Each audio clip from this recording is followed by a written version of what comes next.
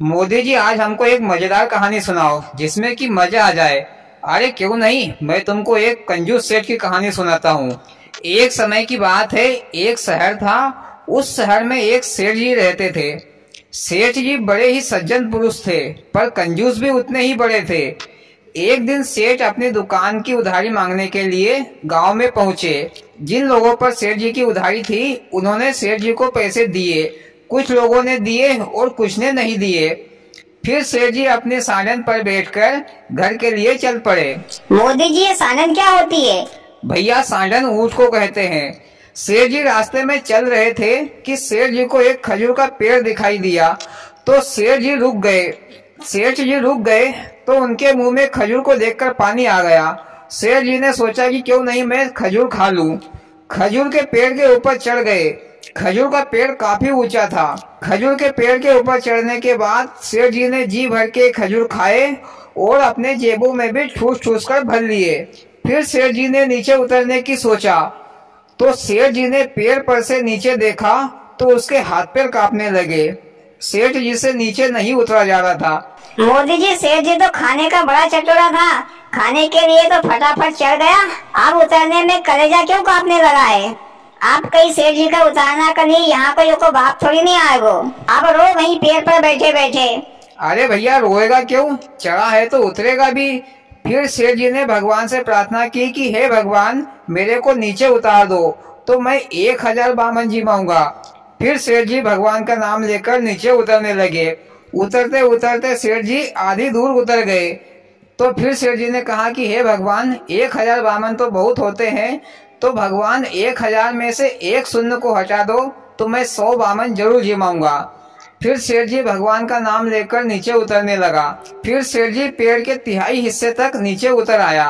फिर सेठ जी ने कहा कि हे भगवान, 100 बामन तो बहुत होते हैं, इसीलिए भगवान एक शून्य और हटा दो तो मैं 10 बामन जरूर जिमाऊंगा। ऐसा कह के भगवान का नाम लेकर सेठ जी जमीन पर उतर गए और चैन की सांस ली और फिर से कहा भगवान से कि हे भगवान, 10 बामन भी बहुत होते हैं, तो भगवान उसमें से एक शून्य और हटा दो तो मैं 1 बामन तो जरूर जिमाऊंगा। मोदी जी, ये शेर तो बहुत ही मक्खी चूस निकला। कहा 1000 बामन पे से 1 बामन पर आ गया। जब डर लग रहा था तो 1000 बामन जिमाने के लिए तैयार था और नीचे उतर गया तो 1 बामन पर आ गया। सेठ जी तो भगवान को बेवकूफ समझता है, पर भैया भगवान तो भगवान है। फिर सेठ जी पेड़ से उतरकर साधन पर बैठकर अपने घर आ गया। दूसरे दिन सेठ जी अपनी दुकान पर बैठे तो उनकी दुकान पर कोई भी ब्राह्मण आता तो सेठ जी उनसे उनके खाने के बारे में पूछता कि बामन देवता, आप कितना खाते हो? कोई बोलता कि मैं 1 किलो खाता हूँ, कोई कहता कि आधा किलो, कोई कहता कि 1 पाव। अरे वाह मोदी जी, सेठ जी तो खिलाने में भी भाव ताव लगा रहे हैं, तभी तो उसको कंजूस सेठ कहते हैं। हाँ भैया, कंजूस सेठ तो है। इधर एक भाड़ ये सारी बातें सुन रहा था कि सेठ जी बामन जिमाएंगे, वो भी जो सबसे कम खाता हो। फिर भाड़ अपने घर गया, नहाया धोया और तिलक चंदन अपने माथे पर लगाकर पंडित बनकर सेठ जी की दुकान के पास से गुजरा। तो सेठ जी ने आवाज लगाई कि ब्राह्मण देवता यहाँ आइए। तो भाड़ सेठ जी की दुकान पर गए। फिर सेठ जी ने कहा कि ब्राह्मण जी, आप कितना खाते हो?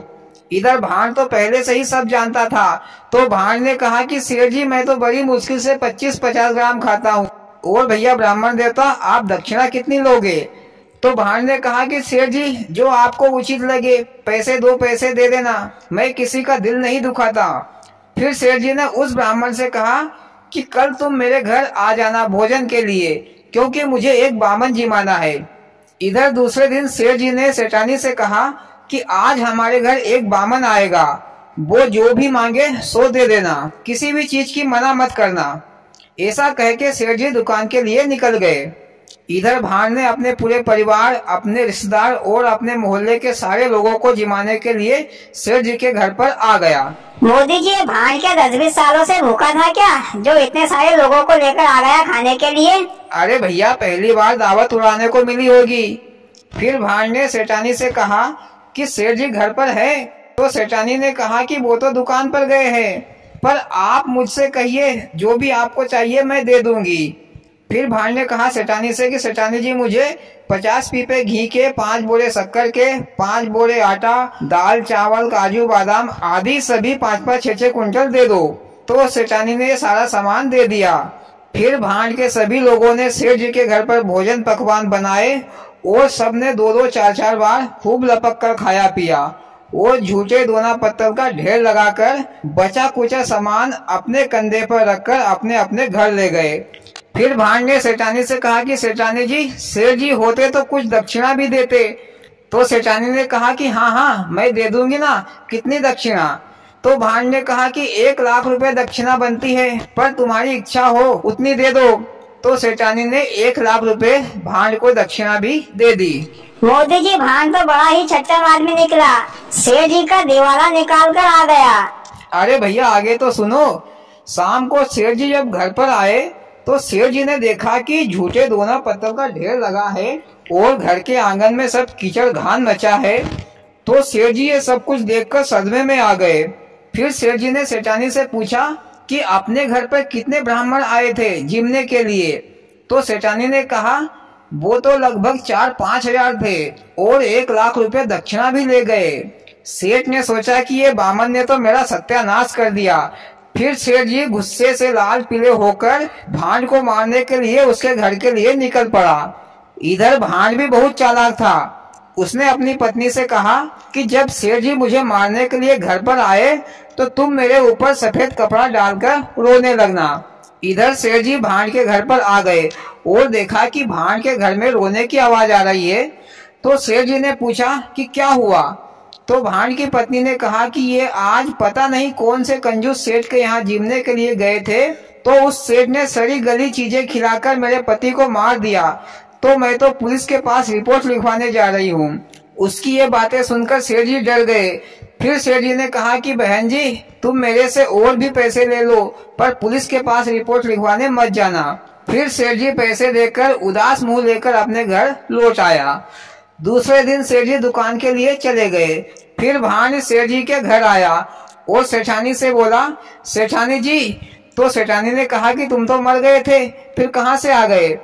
फिर भांड ने कहा कि सेठानी जी मैं तो मर गया हूँ, पर मैं तो सीधे स्वर्गलोक से आया हूँ।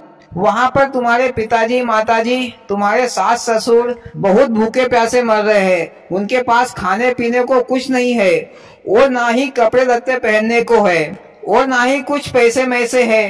तो मेरे से उनका दुख देखा नहीं गया, तो मैं तुमसे मांगने चला आया। अगर मेरे पास होते तो मैं ही दे देता, पर मेरे पास नहीं है, इसलिए मैं तुम्हारे पास आया हूँ। पर तुम्हारी मर्जी सेठानी जी। इधर सेठानी का दिल पसीज गया और सेठानी ने भांड को कपड़े पैसे खाने पीने का सामान दे दिया और कहा कि भैया कुछ और चाहिए तो और ले जाना। भांड ये सारा सामान लेकर अपने घर आ गया। सेठ जी शाम को घर आए तो सेठानी ने सारी बात बताई। सेठ जी ने कहा कि पगली मरे हुए भी कोई वापस आया है जो भांड आ जाएगा? फिर सेठ जी गुस्से में लाल होकर भांड को मारने के लिए चल पड़ा अपनी सांडन को लेकर। सेठ जी भांड के घर पहुंचा तो भांड ने सेठ जी को दूर से ही देखा और भाग खड़ा हुआ। सेठ जी भी उसके पीछे अपनी सांडन को लेकर भाग रहा था। कुछ दूर भागकर भांड एक बड़े से झाड़ पर चढ़ गया। सेठ जी भी सांडन को झाड़ के नीचे खड़ा कर झाड़ पर चढ़ गए। भांड बहुत ही फुर्तीला था, तो वह झाड़ के इस डाल से उस डाल पर इधर उधर छलांग मारता हुआ सांडन के ऊपर आकर बैठ गया। पर सेठ जी ठहरे मोटे आदमी, तो वह धीरे धीरे झाड़ से उतर रहे थे। इधर भांड ने फिर कहा सेठ जी से, अब तो मेरा पीछे छोड़ दो, नहीं तो मैं तुमको भिखारी बनाकर छोड़ूंगा, और सांडन को लेकर भाग गया। इधर सेठ जी ने कहा कि भैया इसे भी मेरे माँ बाप को दे देना स्वर्ग में जाकर। फिर सेठ जी पैदल चलकर अपने घर पर आ गया और भांड को मारने का ख्याल अपने दिमाग से उतार दिया। और भैया कहानी खत्म। मोदी जी बहुत ही रहस्यमयी कहानी सुनाई। वाकई में कहानी में दम था, मजा आ गया। और भाइयों आपको कैसी लगी मोदी जी की कहानी? अच्छी लगी हो तो प्लीज वीडियो को लाइक और चैनल को भोलेनाथ सबके साथ।